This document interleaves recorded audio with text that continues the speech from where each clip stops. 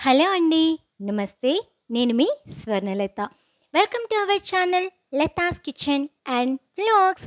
ఇవాళ మైసూర్ మసాలా దోస రెసిపీ అండి.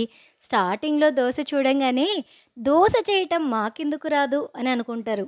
కానీ ఇలాంటి crispy and tasty masala dosa, అది కూడా మైసూర్‌లో స్పెషల్ చట్నీ అనమాట ఇది. సో, ఈ రెసిపీని మీరు స్కిప్ చేయకుండా చూస్తేనే అర్థమవుతుందండి. తప్పకుండా ట్రై చేయండి. చాలా అంటే చాలా మంచి రెసిపీ అండ్ టేస్టీ రెసిపీ అని కూడా చెప్పొచ్చనమాట. ఓకేనా? వీడియోలోకి వెళ్ళిపోదామా మరి? మన దోస క్రిస్పీ అండ్ క్రంచీగా రావటం కోసం ఇక్కడ నేను ఉప్పుడు బియ్యం తీసుకున్నానండి. వీటిని ఇడ్లీ రైస్ అని కూడా అంటారనమాట. సో, వీటిని నేను ఒక కొలత కప్పుతో కొలుచుకుంటున్నాను. 3 కప్పుల బియ్యాన్ని తీసుకుంటున్నానండి. అదే కప్పుతో 1 కప్పు మినపప్పును కూడా తీసుకొని రెండింటిని కూడా చక్కగా కడిగేసుకోవాలి. ఇందులో నేను కొద్దిగా మెంతులను కూడా యాడ్ చేసుకుంటున్నాను. వీటిని కడిగిన తర్వాత చక్కగా మూత పెట్టేసుకొని ఒక 7 గంటల పాటు నానపెట్టుకుంటే సరిపోతుందండి. పొద్దున్నే కడిగేసుకున్నాను. సాయంత్రం ఇలా గ్రైండర్‌లో వేసుకొని గ్రైండ్ చేసుకుంటున్నాను. మీరు ఈ ప్రాసెస్‌ని మిక్సీలో కూడా చేసుకోవచ్చండి. గ్రైండ్ చేసేటప్పుడు పప్పులో ఉన్న నీళ్ళను ఒంపేసుకొని బియ్యంలో ఉన్న నీళ్లు పారేయకుండా ఆ నీళ్లు వేసి గ్రైండ్ చేసుకుంటున్నాననమాట. సో, పప్పు కొద్దిగా మెదిగిన తర్వాత బియ్యం కూడా వేసి చక్కగా మెత్తగా స్మూత్ పేస్ట్ లాగా చేసేసుకోండి. చూస్తున్నారు కదా, ఇక్కడ 2 బౌల్స్‌లో తీశాను. ఎందుకు అంటే ఏదైతే మనం రేపు ప్రిపేర్ చేసుకుంటున్నామో దాన్ని మాత్రమే ఫర్మెంట్ చేస్తున్నానండి. ఇంకో దాన్ని చక్కగా ఫ్రిడ్జ్‌లో స్టోర్ చేసుకుంటున్నాను. అది మనం ఎప్పుడైతే దోస చేయాలి అనుకుంటున్నామో ఆ ముందు రోజు తీసి బయట పెట్టుకుంటే సరిపోతుంది. మరుసటి రోజు ఉదయానికి చూస్తున్నారు కదా, పిండి ఎంత బాగా పులిసిందో. ఇలా పులిస్తే మనకి ఎంత పల్చాగా దోస వేస్తే అంత క్రిస్పీగా వస్తాయన్నమాట దోసలు. చాలా బాగా పులిసింది కదండీ! ఇక్కడ మీకు వీడియో నచ్చిందని అనుకుంటున్నాను. ప్లీజ్ ఒక లైక్ చేయొచ్చు కదా! ఇందులో కొద్దిగా ఉప్పును వేసుకొని, తగినన్ని నీళ్లు వేసుకొని, పిండిని ఈ విధంగా కలుపుకోవాలన్నమాట. ఇప్పుడు మనము చట్నీ ఎలా ప్రిపేర్ చేయాలో చూసేద్దాం. స్టవ్ పైన ఒక బాండీ పెట్టుకొని, అందులో ఒక 8 మిరపకాయలు, ఎండు మిరపకాయలనమాట. అలాగే కొద్దిగా అంటే కొద్దిగా ఏమంటారు వీటిని, మెంతులు వేసుకొని దోరగా వేయించుకోండి.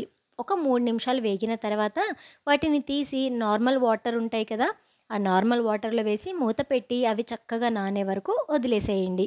ఈ లోపల నేను మైసూర్ మసాలా దోస అన్నాను కదా, మసాలాను ప్రిపేర్ చేస్తున్నానండి.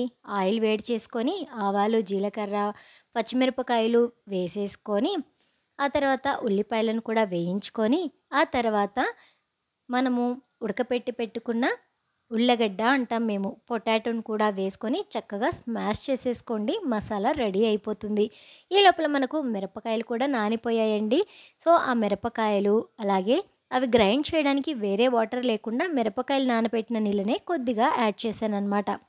దాంతో పాటు రుచికి సరిపడా ఉప్పు, కరివేపాకు, కొద్దిగా చింతపండు వేసి ఒక్కసారి గ్రైండ్ చేసుకోండి. ఆ తర్వాత కొద్దిగా అంటే కొద్దిగా బెల్లం వేసుకొని, ఒక ఉల్లిపాయ, చిన్న సైజు ఉల్లిపాయ అండి, చిన్న ముక్కలుగా కట్ చేసి వేసుకొని గ్రైండ్ చేసేసుకుంటే మనకు చట్నీ రెడీ అయిపోతుంది. ఈ లోపల పాన్ వేడి చేసేసుకొని మనము దోస బ్యాటర్‌ని దోసలాగా చక్కగా వేసేసుకోవటమే అనమాట. పైనుంచి కొద్దిగా నెయ్యిని యాడ్ చేసుకున్నారంటే మంచి ఫ్లేవర్ వచ్చేస్తుంది. చూడండి, గ్రైండ్ చేసుకున్న చట్నీని ఒక కప్పులోకి తీసేసుకున్నాను. చాలా కలర్‌ఫుల్‌గా ఉంది కదా, అంతే టేస్టీగా ఉంటుందండి.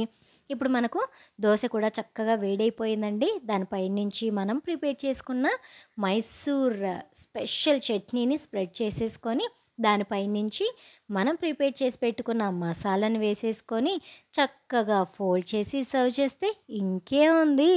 ఆహా! ఎంతో క్రిస్పీ అండ్ టేస్టీ అయిన మైసూర్ మసాలా దోస రెడీ అయిపోయిందండి.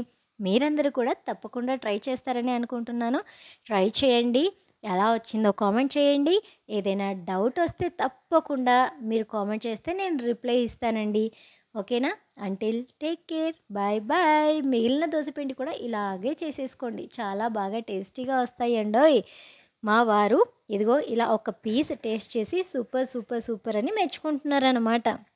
మరి మీ ఇంట్లో వాళ్ళు ఏమన్నారో నాతో చెప్పారా? తప్పకుండా చెప్పండి.